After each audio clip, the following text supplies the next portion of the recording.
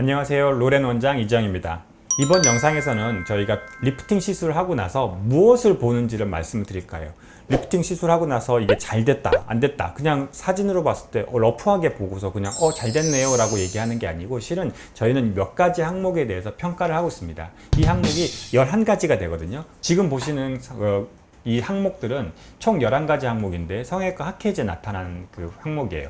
중간 얼굴, 그 다음에 하부 얼굴, 목, 이렇게 각각의 그 부여말, 얼굴의 부위별로 어떤 항목들을 저희가 평가하는지를 보는데, 먼저 그 볼의 풍만한 앞볼 쪽에 보통 얘기를 하는데, 앞볼 쪽이 얼마나 도톰한지, 이 앞볼이 너무 플랫하면 훨씬 더 얼굴이 밋밋해 보이고 좀 더 나이 들어 보이거든요. 그래서 이게 얼마큼 볼륨감이 있는지, 그 다음에 이 볼륨감이 있는데 볼륨감이 밑으로 툭 떨어지면 안 되잖아요. 이게 내려와 있으면 이거 자체가 또 처져 보이는 거거든요. 그래서 이게 얼마큼 올라가 있는지를 평가를 합니다.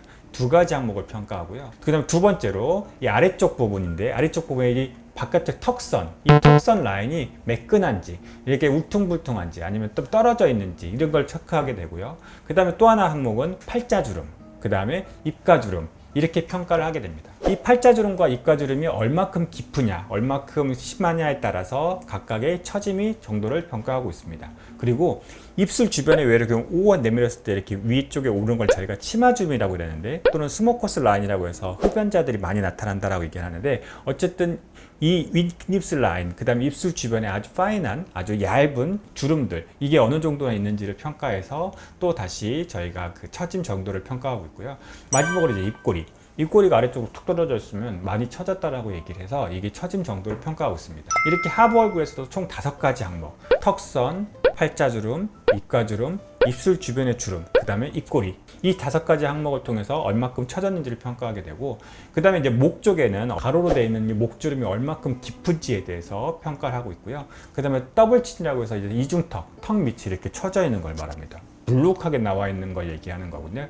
이렇게 불룩하게 얼마큼 나와 있는지, 그 다음에 이 넓은 목근이라고 해서 턱 밑에 이렇게 근육이 하나 있는데, 그 근육에서 각각의 밴드가 형성이 됩니다. 이렇게 띠처럼, 세로로 띠처럼 생기는 주름이 있는데, 그게 얼마큼 심한지에 따라서도 우리 얼굴 처짐을 평가하고 있고요.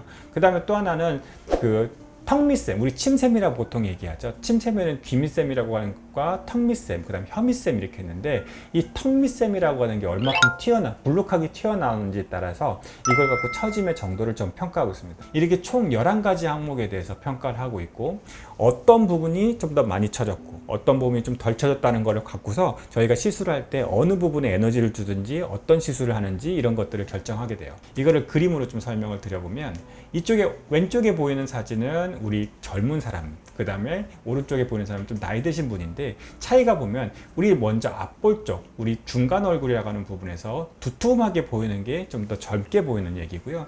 이 상태에서 만약에 아래쪽으로 이렇게 처져 있다, 그럼 이 두툼한 게 아래쪽으로 처져 있기 때문에 나이 들어 보인다라고 얘기를 하고 있어요. 그 다음에 이제 아래쪽 하부 얼굴에서는 아까 말씀드렸던 팔자주름과 입가주름, 그 다음에 입술 주변에 이렇게 잔주름들, 이런 것들이 중요하고요. 그 다음에 입꼬리 얼마큼 떨어져 있느냐, 이것도 굉장히 중요하고, 턱선이 만듯하게 매끄럽게 있지 않고 쭉 처져 있게 내려와 보이는 것들이 결국 처짐의 정도를 결정하는 요소입니다. 그리고 이제 턱 밑에 목주름, 그 다음에 세로처럼 이렇게 나와 있는 이 넓은 목근 띠라고 얘기를 하는데, 이 넓은 목근 밴드가 얼마큼 있는지, 그 다음에 이 이중턱에서 얼마큼 처져 있는지, 이런 것들에 따라서 우리가 얼굴 처짐을 결정하게 돼요. 지금 말씀드렸던 총 11가지 인자를 보고서 이 각각의 어느 부위에 처졌을 때 어떻게 치료할 것인지를 결정해요.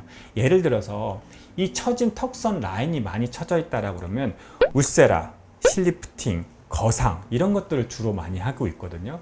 또 다른 한편으로 팔자주름이 깊으신 경우에는 앞볼 쪽이 처지면서 팔자주름이 눌러질 수도 있고, 팔자주름 자체가 깊이 꺼져서도 생길 수 있기 때문에 볼륨을 채우면서 리프팅을 할 것인지 아니면 단순하게 볼륨만 채울 것인지를 저희가 결정을 하고 있습니다.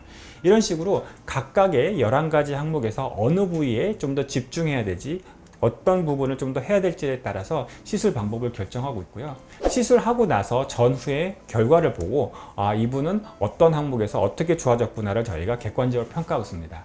이런 것들을 일일이 설명드리기는 참 어려운데 여러분들도 내가 시술 받고 나서 이렇게 항목들을 갖고서 여러 가지 항목들을 갖고서 나를 평가하고 시술에 대한 결과를 좀 더 생각하는구나 라고 알아주셨으면 좋겠다고 생각해서 이번 영상을 찍게 되었습니다. 저희는 리프팅하고 나서 지금과 같은 여러 가지 인자를 통해서 이 리프팅의 결과를 평가하고 있습니다. 혹시 궁금하신 점 있으시다면 언제든지 저에게 문의 주시기 바랍니다. 지금까지 로렌 원장 이지영이었습니다. 감사합니다.